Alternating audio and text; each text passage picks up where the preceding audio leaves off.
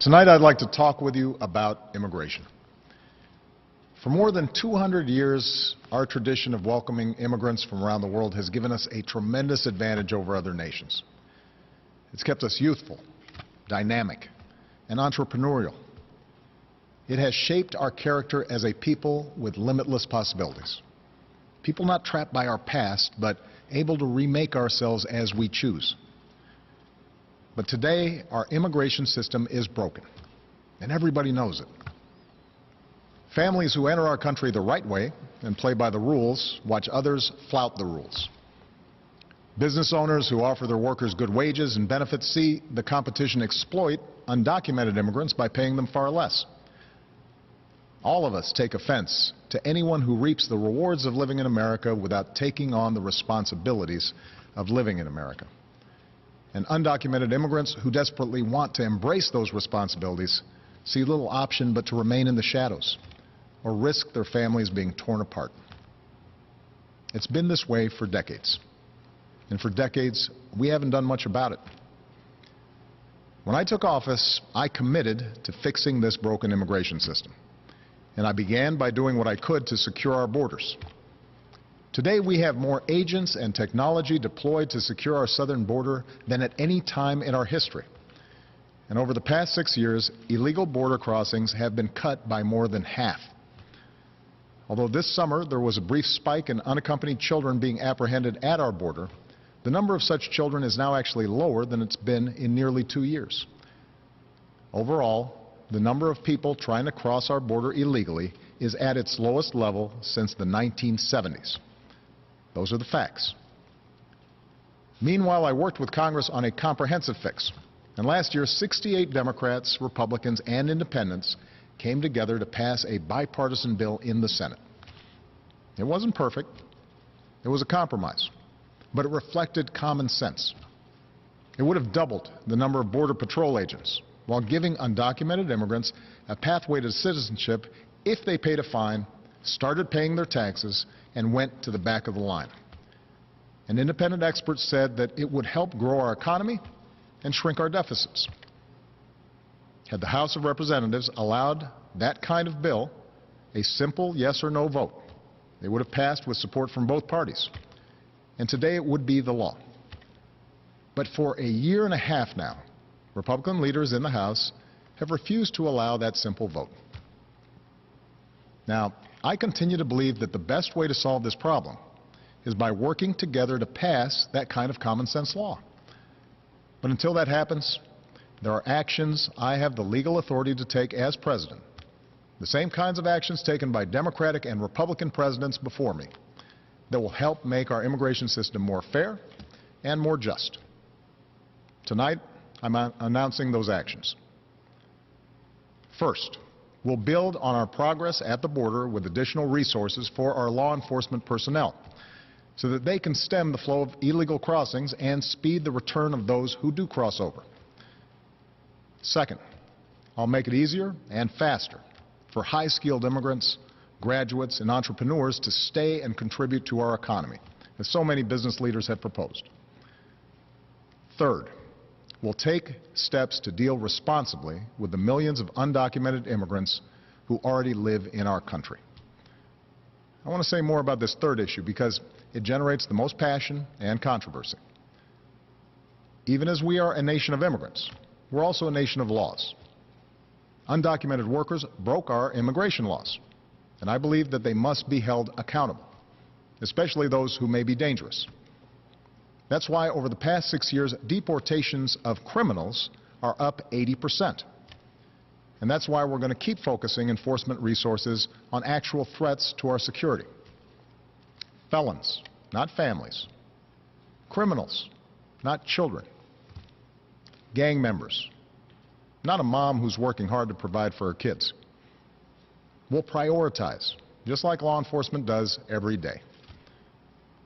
But even as we focus on deporting criminals, the fact is millions of immigrants in every state, of every race and nationality, still live here illegally. And let's be honest, tracking down, rounding up, and deporting millions of people isn't realistic. Anyone who suggests otherwise isn't being straight with you. It's also not who we are as Americans. After all, most of these immigrants have been here a long time. They work hard, often in tough, low-paying jobs. They support their families. They worship at our churches.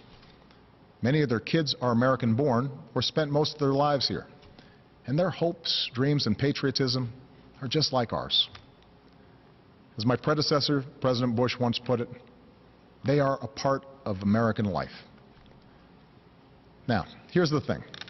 We expect people who live in this country to play by the rules. We expect that those who cut the line will not be unfairly rewarded. So we're going to offer the following deal.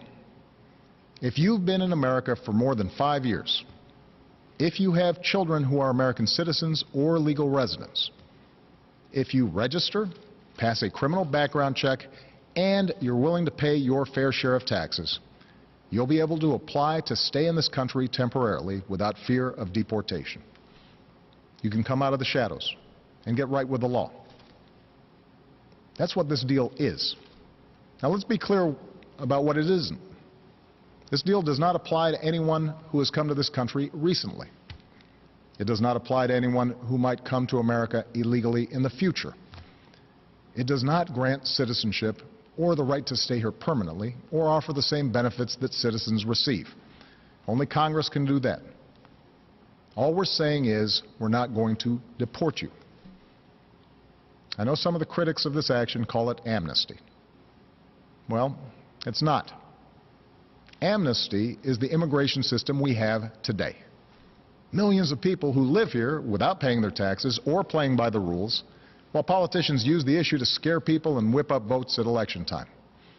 That's the real amnesty, leaving this broken system the way it is. Mass amnesty would be unfair. Mass deportation would be both impossible and contrary to our character. What I'm describing is accountability, a common-sense middle ground approach. If you meet the criteria, you can come out of the shadows and get right with the law. If you're a criminal, you'll be deported. If you plan to enter the U.S. illegally, your chances of getting caught and sent back just went up. The actions I'm taking are not only lawful, they're the kinds of actions taken by every single Republican president and every single Democratic president for the past half-century. And to those members of Congress who question my authority to make our immigration system work better, or question the wisdom of me acting where Congress has failed, I have one answer. Pass a bill. I want to work with both parties to pass a more permanent legislative solution. And the day I sign that bill into law, the actions I take will no longer be necessary. Meanwhile, don't let a disagreement over a single issue be a deal breaker on every issue. That's not how our democracy works. And Congress certainly shouldn't shut down our government again just because we disagree on this. Americans are tired of gridlock. What our country needs from us right now is a common purpose, a higher purpose. Most Americans support the types of reforms I've talked about tonight, but I understand the disagreements held by many of you at home. Millions of us, myself included, go back generations in this country with ancestors who put in the painstaking work to become citizens. So we don't like the notion that anyone might get a free pass to American citizenship. I know some worry immigration will change the very fabric of who we are, or take our jobs, or stick it to middle-class families at a time when they already feel like they've gotten the raw deal for over a decade. I hear those concerns. But that's not what these steps would do. Our history and the facts show that immigrants are a net plus for our economy and our society. And I believe it's important that all of us have this debate without impugning each other's character. Because for all the back and forth of Washington, we have to remember that this debate is about something bigger. It's about who we are as a country and who we want to be for future generations. Are we a nation that tolerates the hypocrisy of a system where workers who pick our fruit and make our beds never have a chance to get right with the law? Or are we a nation that gives them a chance to make amends, take responsibility, and give their kids a better future? Are we a nation that accepts the cruelty of ripping children from their parents' arms? Or are we a nation that values families and works together to keep them together? Are we a nation that educates the world's best and brightest in our universities only to send them home to create businesses in countries that compete against us? Or are we a nation that encourages them to stay and create jobs here, create businesses here, create industries right here in America? That's what this debate is all about. We need more than politics as usual when it comes to immigration.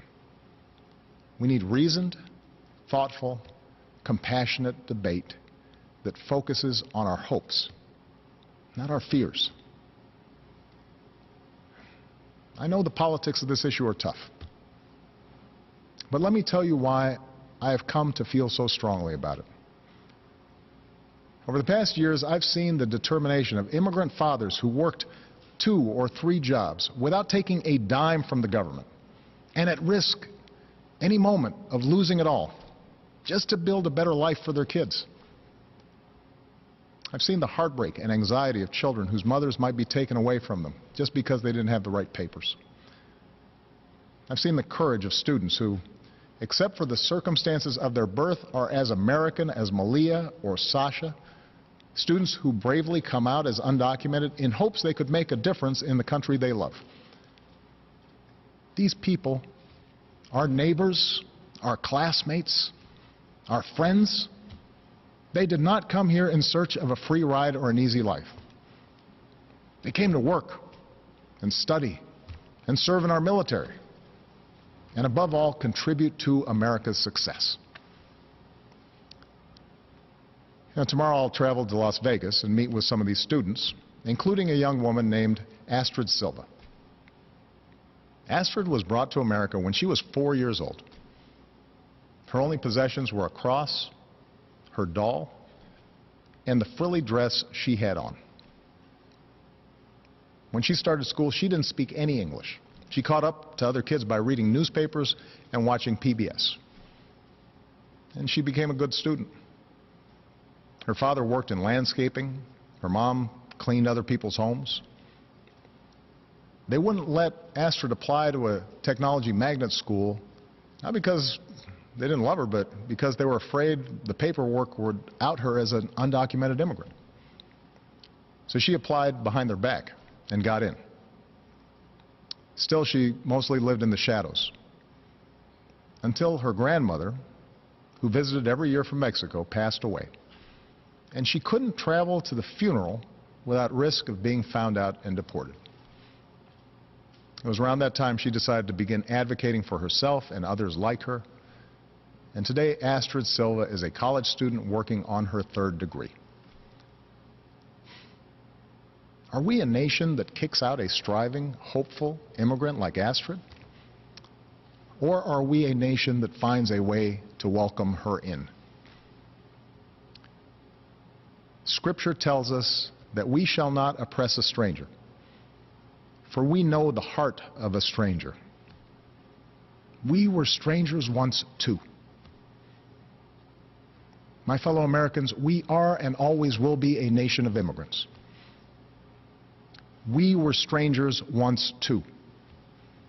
And whether our forebears were strangers who crossed the Atlantic or the Pacific or the Rio Grande, we are here only because this country welcomed them in and taught them that to be an American is about something more than what we look like or what our last names are or how we worship. What makes us Americans is our shared commitment to an ideal, that all of us are created equal, and all of us have the chance to make of our lives what we will. That's the country our parents and grandparents and generations before them built for us. That's the tradition we must uphold. That's the legacy we must leave for those who are yet to come. Thank you. God bless you. And God bless this country we love.